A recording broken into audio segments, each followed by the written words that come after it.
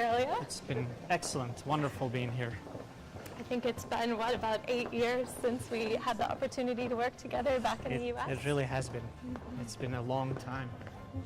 It's a great office here. It's wonderful. It's beautiful. Yeah, awesome space. We just moved in here in December. Oh, great. I wish we had this in Chicago. So welcome, Dennis. Thank you.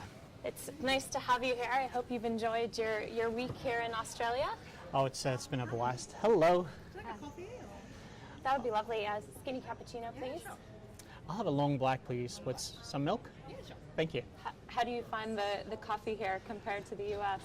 It's great, and I've certainly enjoyed the coffee in Sydney and Melbourne. Great. And any favorites between Sydney, Melbourne, and Canberra? No, I can't think. It's like picking your children, right? They're all favorites. I've had such a great time in Australia so far. Very and safe answer. I look forward to coming back and spending even more time in all cities. Excellent. Well, we wanted to talk a little bit about Fit for Growth. Yep. I thought it'd be great just to hear from you about what is Fit for Growth. Well, it is one of the global platforms the firm has, and it is simply put, the business imperative actually defines it pretty well. It helps companies align their costs with their business strategy. And so Fit for Growth looks at what the organization does, what its strategy is, how it plays in the market, what its differentiating capabilities are, and then aligns costs with the strategy to drive the firm's success. Excellent. One of the studies that's recently come out here in Australia, the annual CEO study that PwC does, highlighted that CEOs are trying to find the right balance between planning for growth and cutting cost. What are your thoughts or reflections on that, particularly compared to the U.S.? Well, I think the overarching message is the same. The CEOs are looking for ways to drive sustainable profitability. And they're looking to do that in such a way that they're cutting costs to be able to grow stronger. That it's interesting that Australian CEOs seem to be much more confident about their environment, their economy. Australia has been very successful. I guess I was reading recently that it's had a very long growth streak. There hasn't been a recession for a long time. So perhaps not surprising, the CEOs are confident, and at the same time they're looking for ways to fund the next wave of growth. So they're looking for cost reductions while also adding additional capabilities so that they can drive the next wave of growth.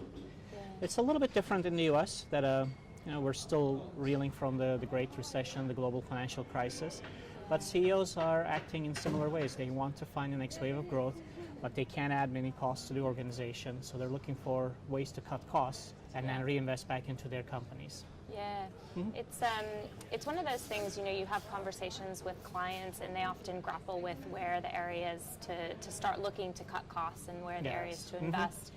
What are some of the areas or the common mistakes that you've come across that you see clients do? So we like to say we see many companies cut the wrong costs in the wrong ways for the wrong reasons. The wrong cost is areas that actually fuel an organization's growth. Right? We like to think of costs not as expenses but as investments. Right? Every dollar you spend should be seen as an investment to the future of the company to fuel the company's strategy and its growth. And by cutting the wrong things, you can cut the areas that are meant to fuel the growth in the organization, the company's future. And the wrong way to cut is across the board, not being thoughtful about what fuels growth and what's simply required to keep the lights on. Thank you. And not being deliberate about cost reductions in the organization. So, and often we also see cost reductions are reactive. Companies, executives wait too long until they get in trouble. And instead, we would urge them to be much more proactive, continually align their cost structure so that they're acting from a position of strength and they don't get into a big trouble and with their backs against the wall, cut the wrong things for the wrong reasons. I'm going to have some of my long black. I've learned the long black, the tradition. It's a great coffee. Making it is it a magic? Is that what they call it? I wish we had more of this in the U.S. Yeah, it makes it hard to drink coffee when we go back to the U.S. to visit, I have to say. Yes, it'll feel so diluted. Yeah. What have been some of the standout conversations that you've had with some of the Australian clients that you've met with here this week? Any themes that have come out of those conversations? I was struck by one is perhaps how common, how similar the themes are actually, despite the American versus Australian economies and the differences in the macroeconomic environments. I see many clients still struggling with similar issues in Australia as they are in America in terms of being very clear about their strategies and being very clear on their differentiating capabilities and being able to fund the next wave of growth. Where is it going to come from? And with all these opportunities or all these areas asking for resources in a constrained resource environment, how do I make choices and how do I decide what to fund? And there's so much to do, I just can't even figure out where to get started. Very common themes, very similar themes with our U.S. clients as well. Yeah. Do you find that companies often have a good understanding of what makes them distinctive? So you talk a lot about capabilities and finding those things that will help drive strategy. Yes. Is that something that you find people have a good sense of where specifically those areas are? I actually, no. It's surprising perhaps, but this is one of the most difficult, perhaps most surprising areas that companies, executives struggle to define their strategies clearly enough. They leave them at a vague enough level that it can mean anything to anybody, that you can fit all initiatives within a company under the strategic umbrella. Yeah. So we urge our clients to be much more specific with their strategy definition, much more crisp and clear on the choices they're making. What are they going to invest in? What are they going to scale back? Yeah. And it came through very clearly in the conversations over this week with clients in Sydney, Canberra, and Melbourne as well. Excellent. It's always hard, I think, with to make choices. That's always, I think, a difficult thing to. It is. It's sometimes a consequence of not defining a strategy clearly enough. Yeah. Sometimes senior executives, CEOs get into internal politics trying to keep a team happy.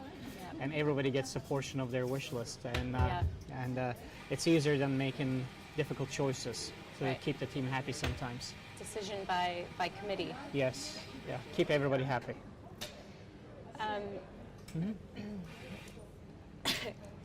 Let's see, I think we've gone through these. So if you had to give one piece of advice to clients, what would that be? Oh, one piece. How do I prioritize and choose now myself, right? Of all the things, I would say work very hard defining your identity and your way to play, and eventually your differentiating capability set. Because our capability-driven strategy and fit for growth both, frankly, live and die with that clarity in the strategy. If you do not have a clear strategy, articulated, also very well explained to the broad organization, you're never going to be able to steer the ship in the right direction. So start with that clear strategy and articulation of the differentiating capabilities. While there's still hard work ahead, it will all fall into place from that starting point. Excellent. Yes. Well, Dennis, it's been wonderful having you here this week. Great to have you down. Great to show you a little bit of Australia. I hope that you've enjoyed the trip, and I know that our clients will have appreciated hearing some of your insight through this trip. Well, thank you. I've had a great time in Australia, my first visit to Australia ever, and I look forward to coming back as soon as I can. I'll look for an excuse to make the trip. Excellent. Thank you, Suzanne. Great seeing you after all these years. Yeah, you as well. Thank you.